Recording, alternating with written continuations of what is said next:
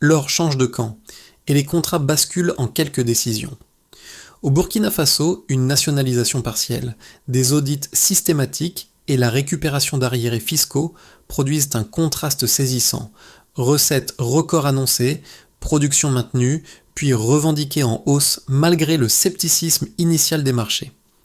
Que signifie ce virage pour vous alors qu'Ibrahim Traoré place l'or au cœur d'un test de souveraineté mesurable?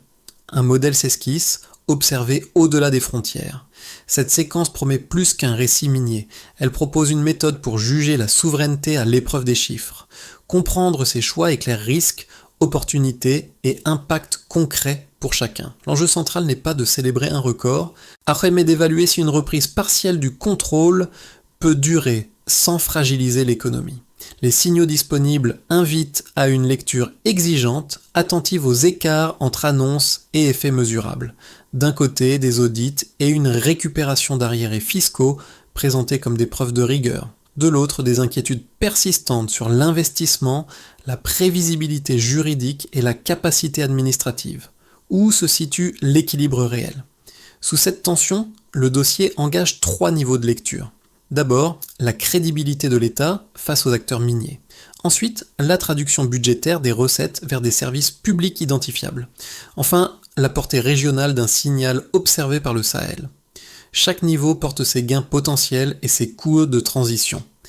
La promesse est claire, distinguer l'effet d'annonce d'un changement structurel en s'appuyant sur des comparaisons avant/après et des deltas vérifiables. La question n'est pas qui gagne aujourd'hui, mais ce qui tient demain. Un chiffre a surpris les observateurs. 18 milliards de dollars de recettes issues de l'or annoncé sur une année, sans effondrement immédiat de la production. Dans la foulée, la production déclarée est restée stable avant d'être revendiquée en hausse l'année suivante, contredisant les scénarios les plus pessimistes.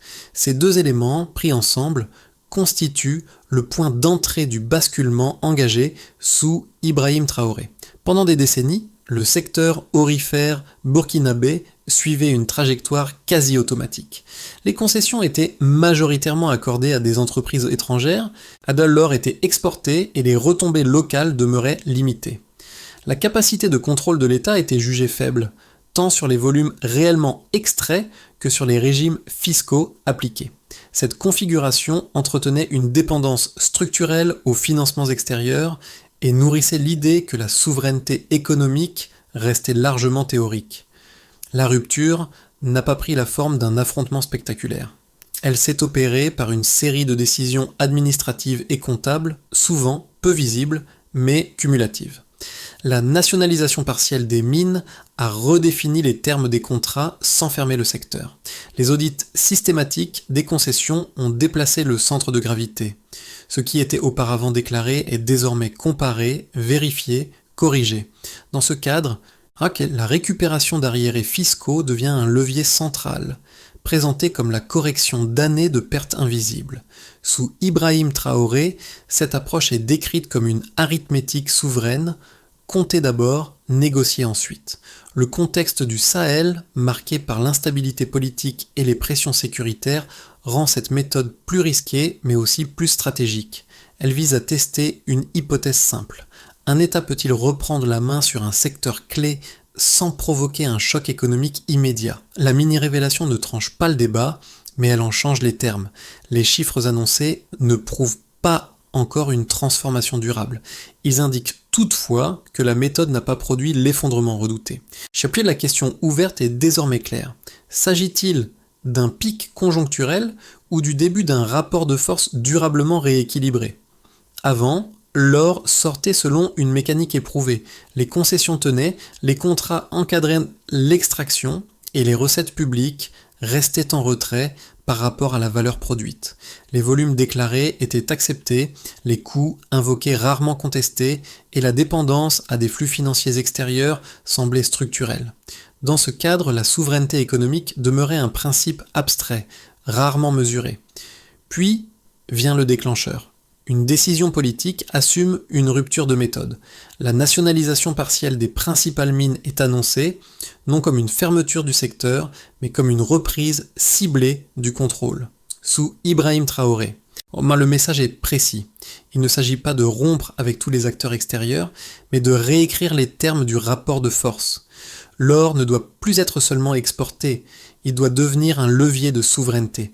Cette inflexion marque un avant et un après, car elle redéfinit ce que l'État entend vérifier, compter et revendiquer. L'accélération suit rapidement. Des audits nationaux des concessions minières sont lancés.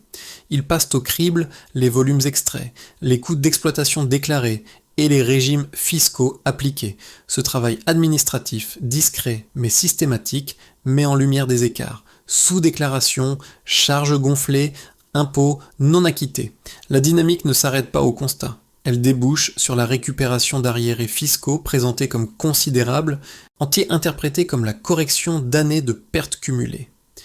La souveraineté se déplace alors du discours vers la comptabilité. Le point culminant arrive sous forme de chiffres publics. Les autorités annoncent 18 milliards de dollars de recettes d'exportation liées à l'or sur une année. Le chiffre est utilisé comme un signal adressé au marché et aux partenaires. Il vise à démontrer que la reprise partielle du contrôle n'a pas tari les flux financiers. Dans le même temps, un autre message est martelé, la production ne s'effondre pas. Elle reste stable dans l'immédiat, puis est revendiquée en hausse l'année suivante. Ce contraste alimente le récit d'un basculement maîtrisé. Les répliques ne tardent pas. Des critiques évoquent un risque de désinvestissement et d'incertitude juridique.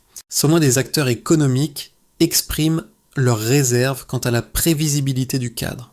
En réponse, le pouvoir met en avant la continuité des opérations, la transparence accrue et la montée en capacité de l'administration.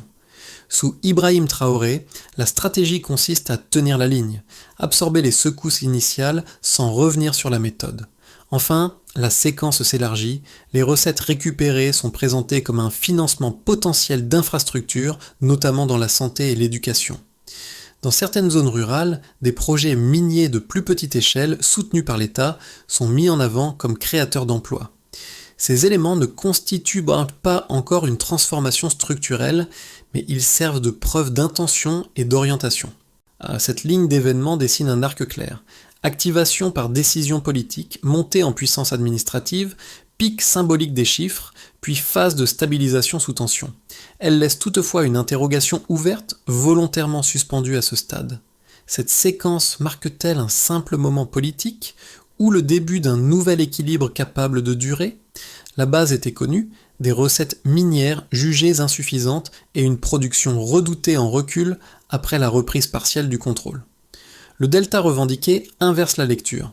Des flux financiers plus élevés, une production maintenue, puis annoncée en hausse, et une réaffectation interne affichée.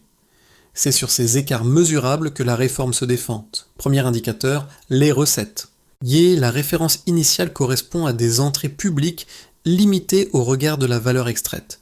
Le delta mis en avant est un montant annoncé de 18 milliards de dollars de recettes d'exportation liées à l'or sur une année. Ce chiffre est présenté comme un saut, non attribué à un simple boom conjoncturel, mais à une combinaison de révisions contractuelles, d'audits fiscaux et de meilleure traçabilité. L'argument est précis. Compter différemment révèle une valeur auparavant captée hors du périmètre public. Cette mesure sert de signal, mais aussi de test de crédibilité, car elle suppose une capacité durable à vérifier et à recouvrer. Deuxième indicateur, la production physique. La base correspond à une extraction stable alors que beaucoup anticipaient une baisse après la nationalisation partielle. Le delta apparaît l'année suivante avec une production annoncée à 70 tonnes, soit plus 20%. Ce pourcentage est utilisé pour contester l'idée d'un choc négatif sur l'activité. La hausse est expliquée par une réduction des volumes sous-déclarés et par une supervision accrue plutôt que par une expansion brutale des capacités. L'interprétation reste discutée, mais le signal central est la continuité opérationnelle dans un contexte de réforme, un point clé pour les marchés. Troisième indicateur, l'allocation interne des ressources. La base renvoie à une dépendance historique à l'aide extérieure pour financer les infrastructures. Le delta avancé est une augmentation de 15% des investissements dans les infrastructures locales annoncées par la Banque centrale. Cette progression est présentée comme la traduction budgétaire des recettes récupérées. Elle vise à établir un lien traçable entre l'or extrait et des dépenses nationales identifiables, notamment dans la santé et l'éducation. L'enjeu n'est pas seulement le montant, mais la chaîne de transmission entre collecte et usage. Pris ensemble, ces trois mesures structurent un récit cohérent. Elles ne démontrent pas une transformation irréversible, mais elles déplacent le débat. La question n'est plus de savoir si la réforme a immédiatement détruit de la valeur, mais si elle peut stabiliser ces deltas dans le temps. Sous Ibrahim Traoré, les chiffres sont utilisés comme instruments politiques autant que comme données économiques. Ils servent à répondre aux critiques sur l'investissement et la capacité administrative par des écarts observables. Les limites sont toutefois explicites. Les données sont récentes, leur consolidation demandera du temps et leur sens dépendra de la répétition des audits et de la régularité des recouvrements. La crédibilité repose sur la constance, non sur l'exception. Si les recettes se maintiennent, si la production reste au niveau annoncé, et si l'allocation interne demeure traçable, alors le delta cessera d'être un événement pour devenir une norme. À ce stade, la preuve quantitative n'impose pas une conclusion définitive. Elle fixe un seuil de débat. Les chiffres n'ont pas clos la discussion, mais ils ont déplacé la charge de la preuve. Démontrer que la méthode échoue devient aussi nécessaire que d'affirmer qu'elle réussit. La suite dira si ces écarts résistent à l'épreuve du temps et des pressions extérieures. Les opposants au modèle avancent d'abord un argument juridique et financier. La nationalisation partielle et la réécriture des contrats créeraient une incertitude durable. Dans un secteur minier à forte intensité capitalistique, cette instabilité serait suffisante pour détourner les investisseurs étrangers. Le raisonnement est linéaire. Moins de prévisibilité entraîne moins d'investissement, ce qui affaiblit la production à moyen terme et réduit, in fine, les recettes publiques. Dans cette lecture, les signaux initiaux de prudence des marchés sont interprétés comme un avertissement, non comme un mal transitoire. Un second argument cible les capacités internes de l'État. Gérer un secteur minier complexe exige des compétences techniques, juridiques et fiscales élevées. Les critiques estiment que l'administration burkinabé, longtemps marginalisée face aux multinationales, a au risque de ne pas maîtriser pleinement ses exigences. Ils évoquent des dangers de mauvaise allocation des ressources, de politisation de la gestion et de retour de pratiques opaques. Selon cette thèse, la reprise de contrôle pourrait déplacer les dysfonctionnements plutôt que les résoudre. Ces deux arguments méritent d'être examinés sans caricature. La réponse des autorités s'appuie sur les données produites par la réforme elle-même. Sur l'investissement, l'argument avancé est que la dépendance antérieure aux flux étrangers avait un coût structurel.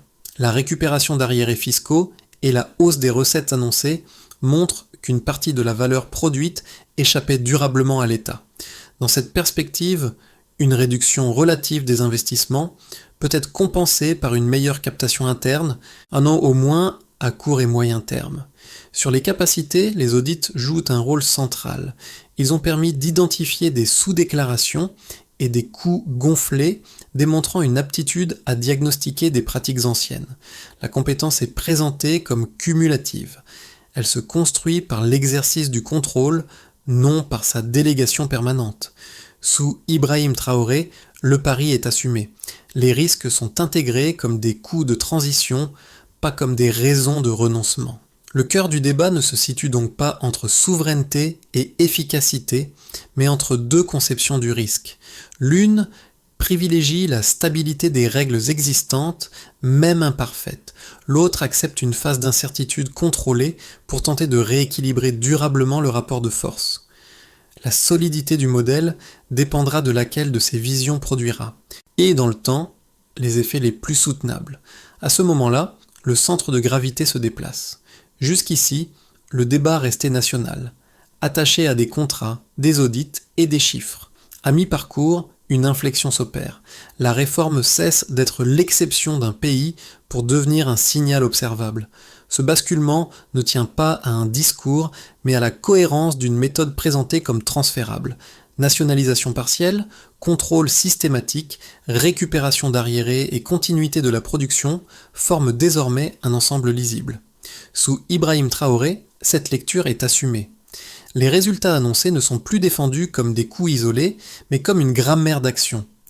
Le message implicite est que la souveraineté économique devient crédible lorsqu'elle peut être mesurée puis comparée. Ce changement de focale modifie les réactions extérieures. Les partenaires ne regardent plus seulement l'impact immédiat au Burkina Faso, mais la possibilité d'un précédent. Dans le Sahel, où les économies minières partagent des structures d'approche, l'expérience est observée avec attention. Le Mali et le Niger sont régulièrement cités comme terrain d'éco-potentiel. L'enjeu n'est pas l'imitation mécanique, mais la diffusion d'une logique. Compter avant de négocier, vérifier avant de concéder. À partir de ce point, la question n'est plus seulement économique, elle devient géopolitique. Si l'or sert de levier, la méthode peut-elle redessiner les rapports de force régionaux sans provoquer de nouvelles lignes de fracture ? La réponse commence à se jouer maintenant. Pour l'État, l'effet le plus immédiat est budgétaire et symbolique. Les recettes annoncées issues de l'or, culminant à 18 milliards de dollars sur une année, sont présentées comme un tournant dans la capacité de financement public. Elles servent à justifier une posture nouvelle, celle d'un gestionnaire actif, capable de transformer une ressource stratégique en instrument de politique publique. Cette crédibilité renforcée soutient l'autorité interne, mais elle accroît aussi l'exposition aux attentes. Plus les chiffres sont élevés, plus la demande de résultats durables devient pressante. Sous Ibrahim Traoré, l'État accepte cette contrainte comme le prix d'une souveraineté mesurable. Pour les entreprises, l'impact est contrasté et différencié. Les multinationales minières opèrent désormais dans un cadre plus exigeant, marqué par des audits systématiques et une renégociation des règles. Certaines y voient une incertitude persistante, d'autres une clarification tardive. En parallèle, des acteurs économiques locaux et régionaux gagnent en visibilité. Des partenariats sont mis en avant comme alternatives crédibles sans exclure totalement le capital étranger. Cette recomposition n'abolit pas la recherche de rentabilité, mais elle l'associe à des exigences accrues de transparence. Le résultat est un rééquilibrage progressif, encore fragile, entre contrôle public et intérêt privé. Pour les citoyens, les conséquences se mesurent sur un horizon plus long. Les autorités lient explicitement la récupération d'arriérés fiscaux et l'augmentation des recettes minières au financement de services publics. Santé, éducation et infrastructures sont régulièrement cités comme bénéficiaires prioritaires. Dans certaines zones rurales, des projets miniers de plus petite échelle soutenus par l'État sont associés à la création d'emplois et à une dynamique locale renouvelée. Ces effets restent inégaux et partiels. Leur crédibilité dépendra de la capacité à transformer des flux financiers en amélioration perceptible du quotidien au-delà des annonces. Pour la région, enfin, l'impact dépasse l'économie nationale. Le Burkina Faso devient un point de référence dans un Sahel en quête de modèles alternatifs de gestion des ressources. Le Mali et le Niger observent cette expérience avec attention, y voyant la possibilité d'une reprise collective du contrôle des richesses naturelles. Cette dynamique nourrit une logique d'émulation, mais aussi de tension. Si plusieurs pays adoptent des stratégies similaires, on a les rapports avec les anciens partenaires économiques et les institutions internationales pourraient en être redéfinis à l'échelle régionale. L'or cesse alors d'être un simple produit d'exportation pour devenir un levier géopolitique. Pris ensemble, ces effets dessinent une portée réelle, mais encore incomplète.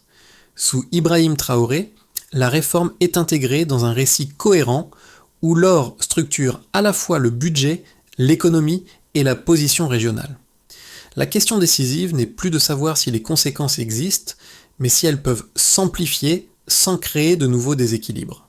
À l'horizon des 6 à 12 prochains mois, 3 trajectoires plausibles se dessinent, chacune reposant sur des conditions distinctes plutôt que sur des prédictions fermes. Dans un scénario de base, la dynamique se stabilise. Les réformes en cours se poursuivent sans accélération ni recul majeur. Les recettes issues de l'or demeurent élevées sans nouveau pic symbolique, tandis que la production se maintient autour des niveaux annoncés. Les audits deviennent routiniers, la récupération d'arriérés se normalise et les relations avec les investisseurs restent prudentes mais fonctionnelles. Dans ce cadre, l'État consolide ses mécanismes de contrôle sans transformer profondément la structure économique. Ce scénario suppose une gouvernance cohérente et une pression extérieure contenue. Si ces conditions tiennent, la réforme s'ancre comme un nouvel équilibre, ni triomphal, ni déstabilisant. Dans un scénario plus optimiste, la méthode s'étend et se consolide. La crédibilité des chiffres progresse à mesure que les audits se répètent et que la traçabilité des recettes s'améliore. La production continue d'augmenter, portée par une supervision plus efficace et une réduction durable des sous-déclarations. Les revenus miniers renforcent le financement d'infrastructures visibles, ce qui alimente la confiance interne. Dans cette hypothèse, la souveraineté économique devient un argument d'attractivité relative. Les partenariats se diversifient avec un poids accru des acteurs régionaux. Sous Ibrahim Traoré, ce scénario reposerait sur une capacité à transformer des annonces en résultats observables et répétés. Dans un scénario plus pessimiste, les tensions prennent le dessus. Des pressions géopolitiques ou économiques s'intensifient, affectant l'investissement et la logistique. La production ralentit, les recettes exceptionnelles deviennent difficiles à maintenir et la réforme est accusée d'avoir accru la vulnérabilité économique. Les contraintes budgétaires ressurgissent, limitant la capacité à financer des projets publics. Si cette situation se prolonge, la tentation d'ajustement rapide, voire d'un retour partiel à des pratiques antérieures, pourrait apparaître. Ces scénarios ne cherchent pas à deviner l'avenir, mais à cadrer le choix stratégique. La recommandation centrale est intellectuelle, pensée en conditions. Si les leviers internes sont consolidés et si les alliances régionales se renforcent, la trajectoire peut rester ascendante. Sinon, le coût de la souveraineté pourrait s'alourdir. La question clé devient alors: quelles conditions l'État est-il prêt à garantir pour orienter la trajectoire qu'il souhaite privilégier ? À ce stade, la réforme cesse d'être un débat d'experts et commence à toucher des cercles sociaux distincts, chacun avec des attentes spécifiques et des marges d'action inégales. Pour une première catégorie, notamment les travailleurs des zones rurales liées à l'exploitation minière, l'enjeu est l'emploi et la stabilité des revenus. Les projets soutenus par l'État et la mise en avant d'acteurs locaux sont présentés comme des opportunités nouvelles. S'ils se maintiennent, ils peuvent offrir des perspectives là où les grandes exploitations industrielles laissaient peu de place aux économies locales. Mais ces effets restent fragiles, dépendants de la sécurité, de la continuité des financements et de la capacité à structurer des chaînes de valeur durables. Pour un second groupe, composé d'entrepreneurs, et de cadres du secteur public et d'acteurs intermédiaires, la réforme est d'abord une question de règles. Les audits répétés et la clarification des cadres fiscaux modifient les habitudes. Certains y voient une contrainte supplémentaire, d'autres une chance d'opérer dans un environnement plus lisible. La crédibilité institutionnelle devient ici déterminante. Si les règles sont appliquées de manière cohérente, la prévisibilité peut progressivement remplacer la méfiance. Pour un troisième ensemble, plus large, celui des citoyens urbains et des jeunes, l'impact est surtout symbolique. Le discours sur la reprise de contrôle des ressources nourrit une attente de justice économique et de redistribution. L'or devient un marqueur de dignité nationale. Cette dimension symbolique appelle toutefois des preuves concrètes. Sans amélioration perceptible des services publics, le récit risque de perdre de sa force mobilisatrice. À l'échelle individuelle, l'espace d'action reste limité mais réel. S'informer, suivre l'usage des recettes publiques et soutenir des initiatives locales sont des leviers modestes, mais cumulables. La réforme n'exige pas une adhésion totale. Elle invite à une vigilance active, fondée sur l'observation des résultats plutôt que sur les slogans. Pour que la réforme dépasse le stade de l'impulsion initiale, une séquence opérationnelle claire est avancée, articulée autour de responsabilités identifiées et d'indicateurs vérifiables. Première étape, consolider le contrôle. Les audits miniers doivent devenir réguliers et systématiques, avec des équipes dédiées, des calendriers publics et des méthodes standardisées. L'objectif est double, prévenir le retour des sous-déclarations et instaurer une routine de transparence. Le critère de réussite est concret, des écarts fiscaux détectés plus tôt et corrigés plus rapidement d'un cycle à l'autre. Deuxième étape, Sécuriser l'allocation des revenus. Les recettes issues de l'or sont censées être fléchées vers des postes précis, notamment la santé, l'éducation et les infrastructures. Cette phase exige des mécanismes de suivi budgétaire clairs, appuyés par des rapports périodiques accessibles. L'indicateur central n'est pas seulement le montant collecté, mais la traçabilité entre chaque recette et chaque projet financé, avec des délais d'exécution mesurables. Troisième étape, renforcer les capacités internes. La gestion d'un secteur minier complexe requiert des compétences juridiques, techniques et financières. Le plan prévoit la formation continue des agents publics et la stabilisation des équipes administratives. La mesure du succès repose sur la continuité, moins de ruptures institutionnelles et une montée progressive en expertise locale. Quatrième étape, élargir le cercle des partenaires. Sans renoncer au contrôle, l'État cherche à diversifier ses alliances en donnant plus de place aux acteurs régionaux et locaux. Le critère d'évaluation devient la diversité des partenariats plutôt que leur volume brut. Enfin, inscrire la méthode dans le temps politique. Sous Ibrahim Traoré, la durabilité dépend de la capacité à transformer une décision de rupture en norme administrative. Si les règles survivent aux pressions et aux cycles, la souveraineté cesse d'être un slogan pour devenir une pratique. La boucle se referme là où tout a réellement commencé, sur des sites miniers longtemps perçus comme lointains, presque abstraits et désormais chargés d'une valeur symbolique nouvelle. Ce sont ces concessions auditées, ces registres recomptés, ces équipes administratives envoyées sur le terrain qui incarnent le changement plus sûrement que n'importe quel discours. Le motif revient discret mais constant, transformer une ressource invisible en fondation politique tangible. Sous Ibrahim Traoré, cette transformation n'est pas racontée comme une victoire finale. Elle est présentée comme un déplacement durable du regard. L'or n'est plus seulement évalué à l'exportation, il est intégré dans un récit de capacité d'action et de responsabilité publique. Les chiffres, même impressionnants, ne suffisent pas à eux seuls. Soit ils n'acquièrent du sens que s'ils s'ancrent dans des pratiques répétées, observables et compréhensibles. L'émotion naît précisément de cette tension. D'un côté, l'espoir d'un État qui reprend la main sur son destin économique, de l'autre, la conscience que cette reprise reste fragile, exposée aux pressions extérieures et aux limites internes. Rien n'est irréversible. Tout dépend de la constance. La phrase qui s'impose alors est simple et sans emphase. La souveraineté se construit, elle ne se proclame pas. Elle se mesure dans la durée, à hauteur d'homme, de procédures et de résultats concrets. Cette trajectoire invite moins à l'adhésion qu'à la réflexion collective. Elle ne demande pas de choisir un camp, mais d'observer comment une ressource stratégique est redéfinie et à quelles conditions elle peut réellement servir l'intérêt général. Le cas burkinabé éclaire un dilemme partagé par de nombreux pays riches en ressources. Reprendre le contrôle sans rompre les équilibres dont dépend encore la stabilité. Le débat dépasse les chiffres et les contrats. Il touche à la légitimité des choix économiques, à la patience accordée aux transformations structurelles et à la capacité des institutions à tenir dans la durée.